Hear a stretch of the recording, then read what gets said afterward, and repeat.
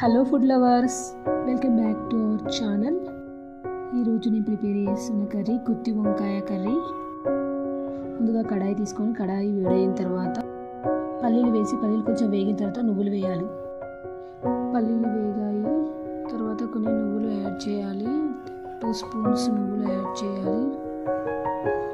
Spices అంటే 3 లవంగాలు ఇలాచీలు వేసి వేగించాలి. గుత్తి వంకాయ కర్రీ అన్నంలోకి చాలా టేస్టీగా ఉంటుంది, చపాతీలోకి కూడా చాలా బాగుంటుంది.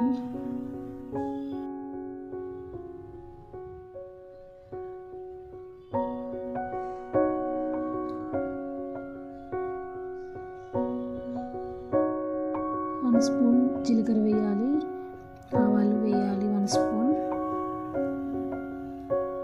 వాటిని కూడా వేయించాలి.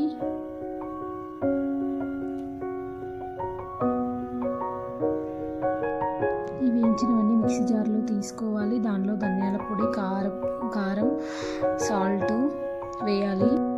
కడాయి దానిలోనే కట్ చేసిన ఆనియన్ వేయాలి.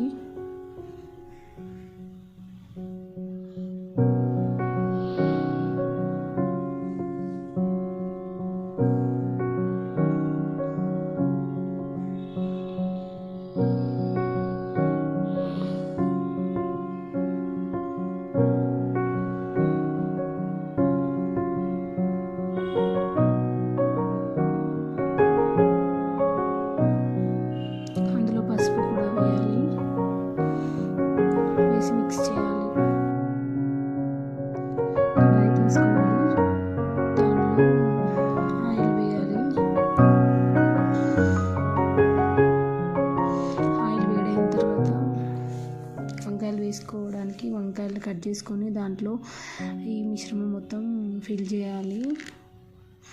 ఇలా వంకాయల్లో ఈ మిశ్రమం మొత్తం ఫిల్ చేయడం వల్ల వంకాయలు చాలా టేస్టీగా ఉంటాయి. డైరెక్ట్ వంకాయలు తినేలా ఉంటాయి.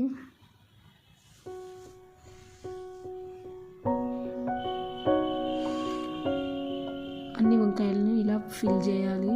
ఇప్పుడు ఆయిల్ వేడైంది, ఈ వంకాయలన్నిటిని ఆయిల్లో వేయాలి.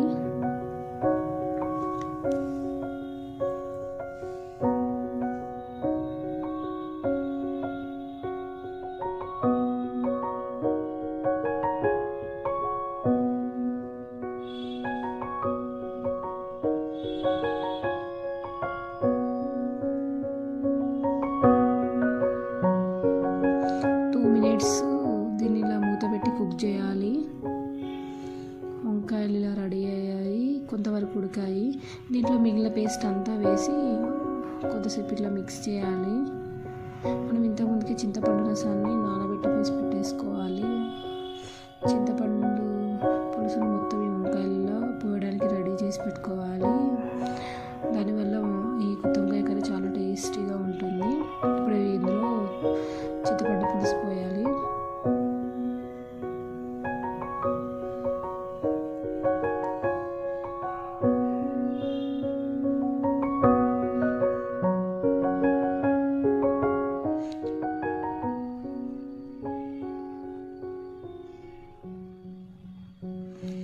ఒక 5 మినిట్స్ దీన్ని మూత పెట్టి ఉడికించాలి.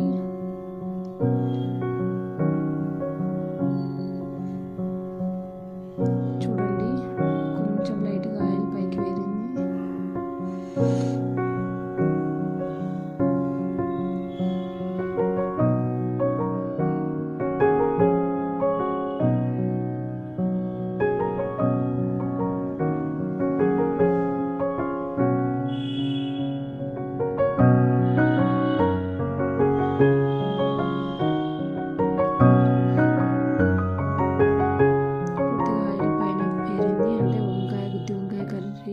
రెడీ అయింది. ఇది అన్నంలోకి, చపాతీలోకి, దేనిలోకి చాలా టేస్టీగా ఉంటుంది. ఇలా ఉండాలి గ్రేవీ కన్సిస్టెన్సీ. రెడీ గుత్తి వంకాయ కర్రీ, మసాలా కర్రీ రెడీ అయిపోయింది.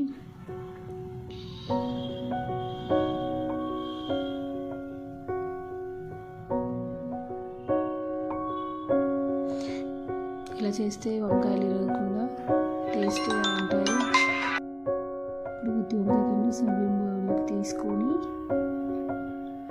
తీసుకోవాలి మొత్తం మిశ్రమం. వావ్, ఎంతో టేస్టీగా ఉంది. గుత్తి వంకాయ masala curry ready.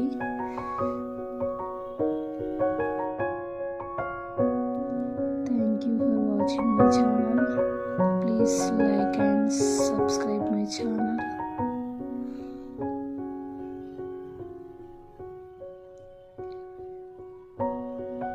Easy and tasty recipe కోసం చూస్తూ ఉండండి.